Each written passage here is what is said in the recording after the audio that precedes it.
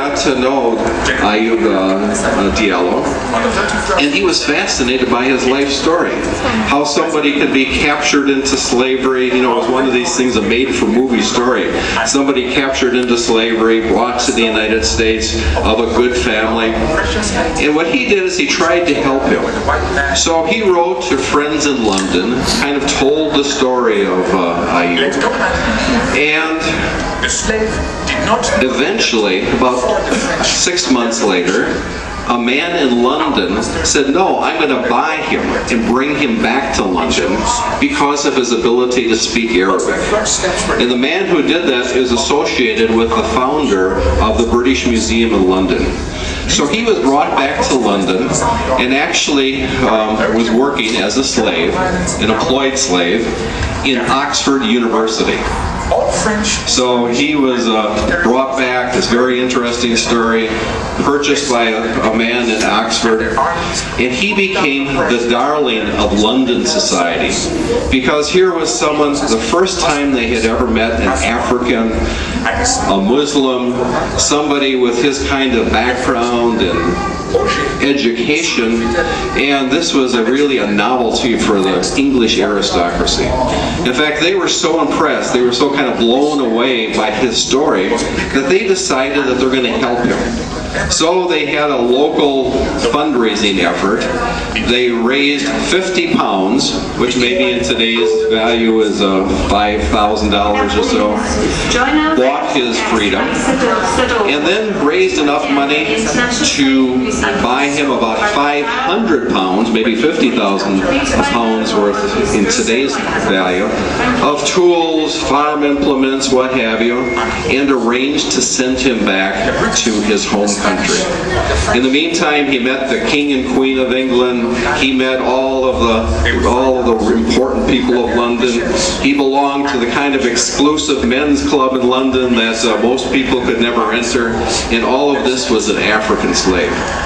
The thing that's interesting is his life is so well documented because of the story, the account written by Thomas Blewett. And I'm going to read you the title of it because it's the longest title I've ever heard of a very short pamphlet. And when Thomas Blewett wrote this, he called it Some Memoirs of the Life of Job, son of Solomon, high priest of Bunda, who was a slave about 2 years in Maryland, and afterwards brought to England, set free, and sent back to his native land in 1734. Now, I'm an art historian, and I can look at this both as an art historian and someone who knows Islam well. And as an art historian, this was painted by William Horry. He was the most fashionable portrait painter in London in the 18th century. And of course, at that time, the aristocracy and people of wealth commissioned portrait painters to document them. And this was their living. They would travel around the country, people would sit for them, and they would be employed to do portraits.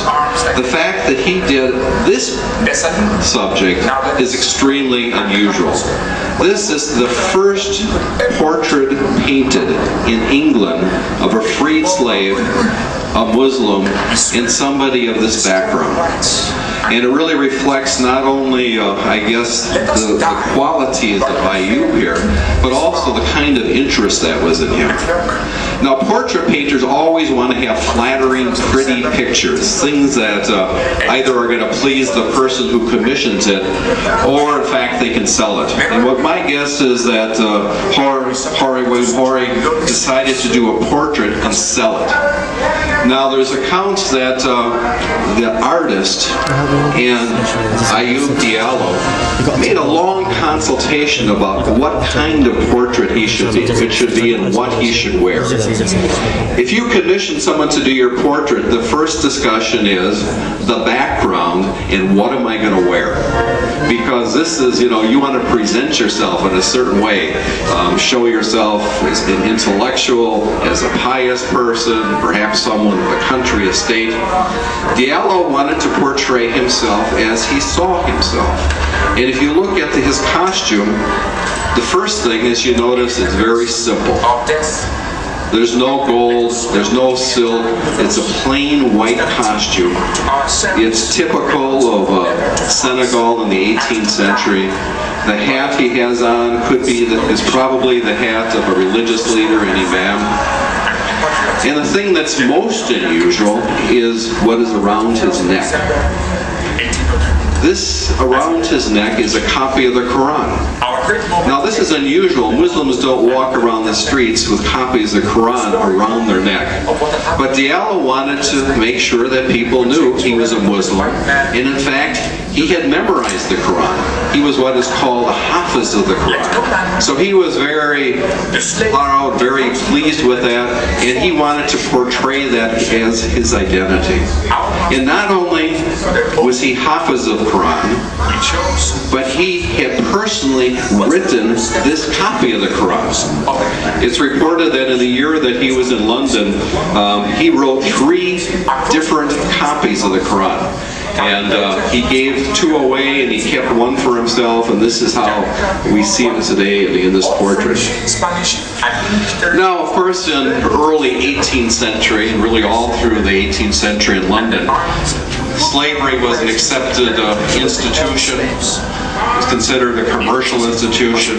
And it was really based on the idea that black people were supposed to be enslaved. You know, that God made different kinds of people. There was a lot of religious motivation.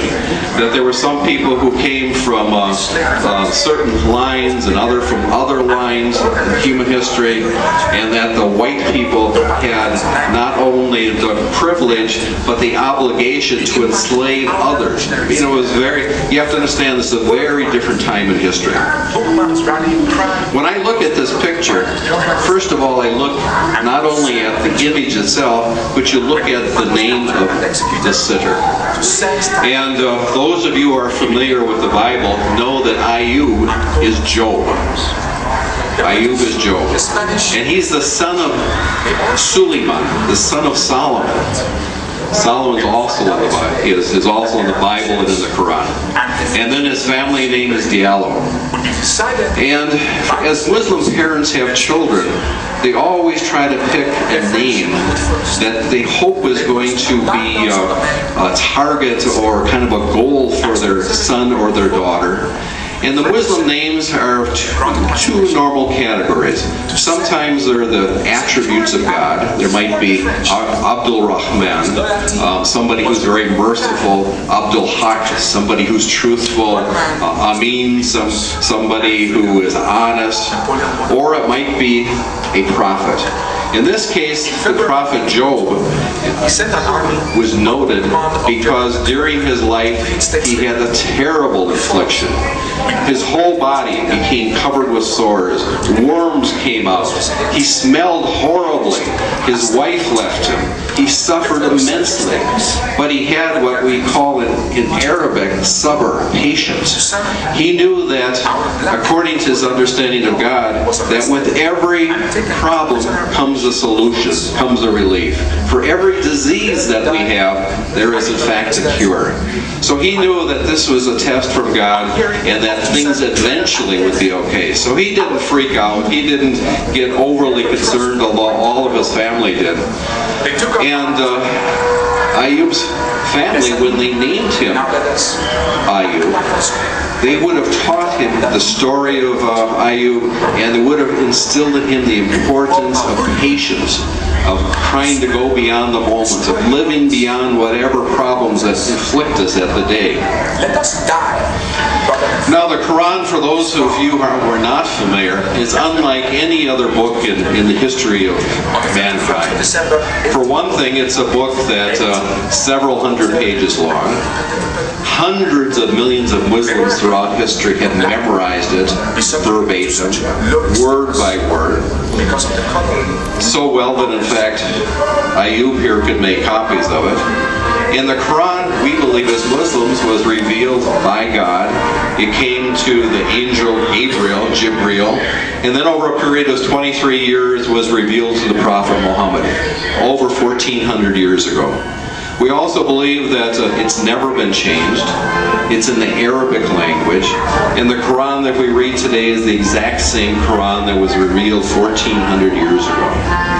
Now the Quran is a book that when you open it up, you kind of wonder what's going on, because there's so many stories and themes. But the most important thing about the Quran is it begins, it tells us that this is a guide, this is a book for those who are believers, for those who give charity, for those who are certain that there's a life beyond what we can see today, for those who are certain that there's a life after death. Now this is what the Quran is for. This is for those kind of people. And as people read the Quran, they learn about the relationship to God. They read about stories of peoples of past civilizations, about their successes, about their failures. They learn about laws, how we treat people. They learn that they must take care of their parents properly, have to raise your children properly. There's inspiration, there's threats that if in fact we don't follow the right course, we're going to have to pay a price for everything we've ever done. So it's a very comprehensive book that in fact for Muslims it's their absolute guide to life. It really, it's the A to Z of everything they need to know to be successful here and hereafter. The protocols, the way in which Muslims teach their children is when the children are 6, 7, 8, 9, 10 years old, we send them to schools, madrasas, and they learn by rote, by memory, the entire Quran. So they don't know what it means. All they learn, you can walk by one of these schools and you hear the children reciting. They have no idea what it means at that age. And then when they're 12, 13, 14, then they start to learn Arabic, hopefully. They learn the meaning of the Quran.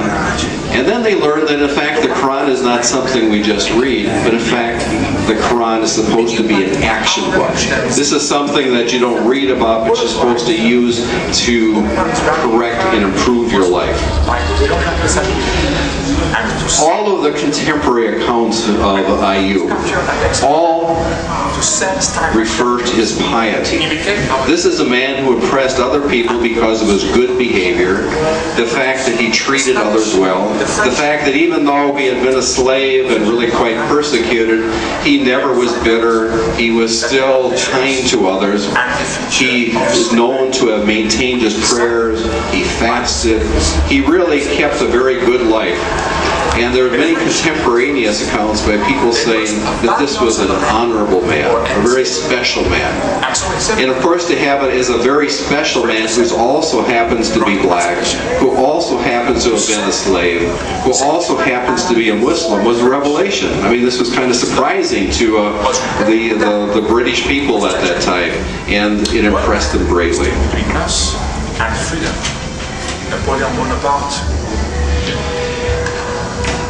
As a Muslim, we have the understanding that people who are practicing their religion properly are not those who look very stressed. They're calm, they're kind of easygoing, because they know that whatever they're doing is appropriate. They have faith that this life is short, there's a good life to come.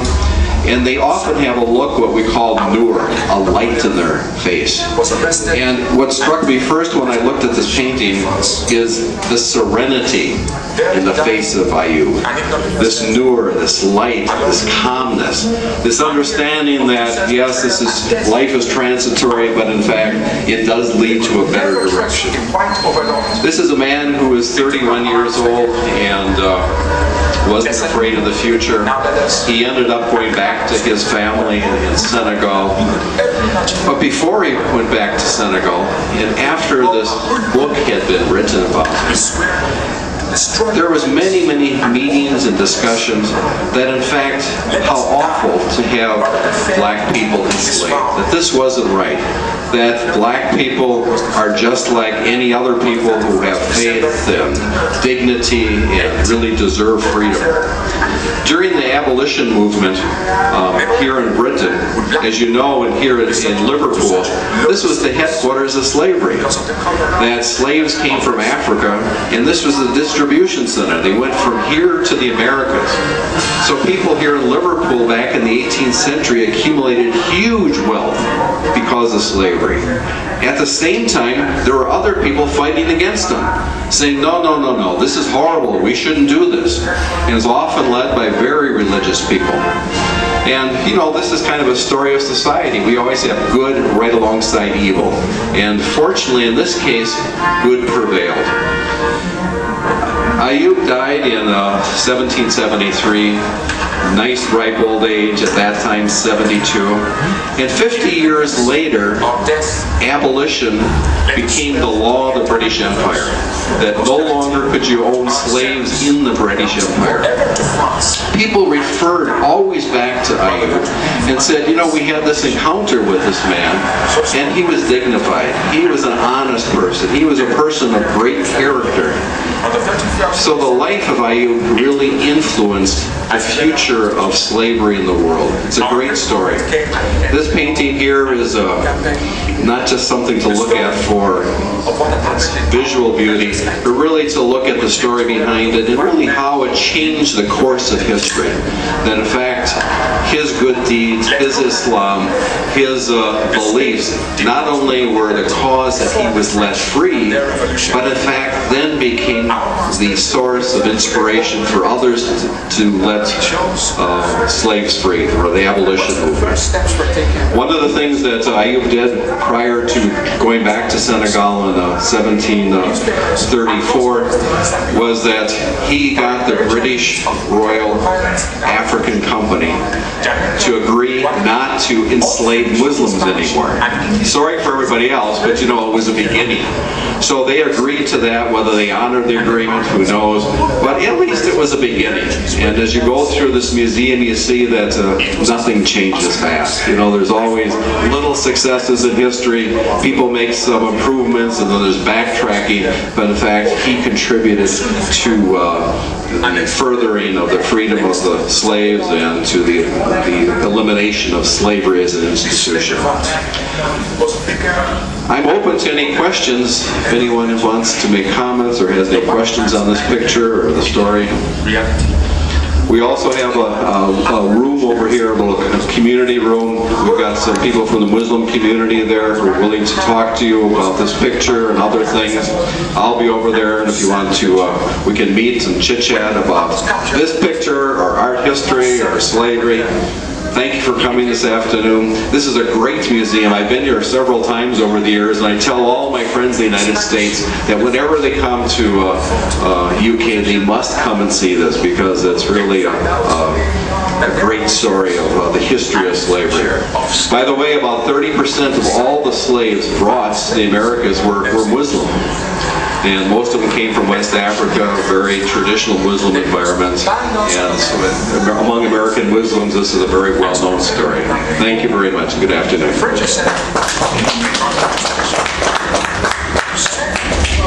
Secured the island for the French, but his loyalty was repaid time with treachery.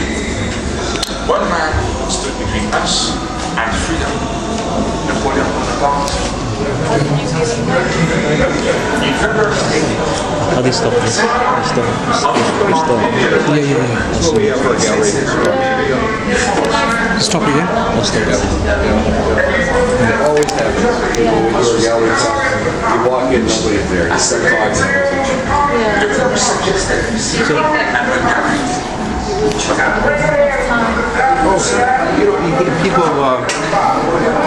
People won't stand longer with it. There's not enough attention fans. So 10, 15, 20 minutes max. If you want to do a lecture, formal lecture, that's fine and all that. It takes about 45 minutes. never trusted. So we're really happy to do other programs for you. Slavery, slavery, and also slaves. You know, we have a lot of stuff.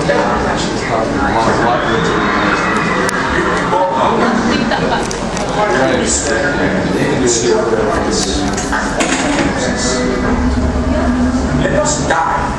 What's everybody's doing over here? It's wrong. On the 31st of December,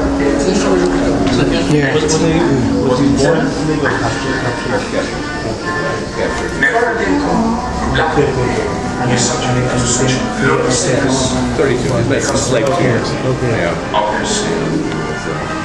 And because everybody was impressed with Islam. Yeah. How was that? Is this still recording? Is it ready? So they're still recording. I'm assuming this. How are you? Is everything? Yeah, everything's good. My name is Naj. I'm a lecturer in Liverpool University. So we have a Malaysian Muslim community. I'm from Malaysia. So we're quite close knit. And then we have this community page where we disseminate all the information about what's happening as far as. Can I take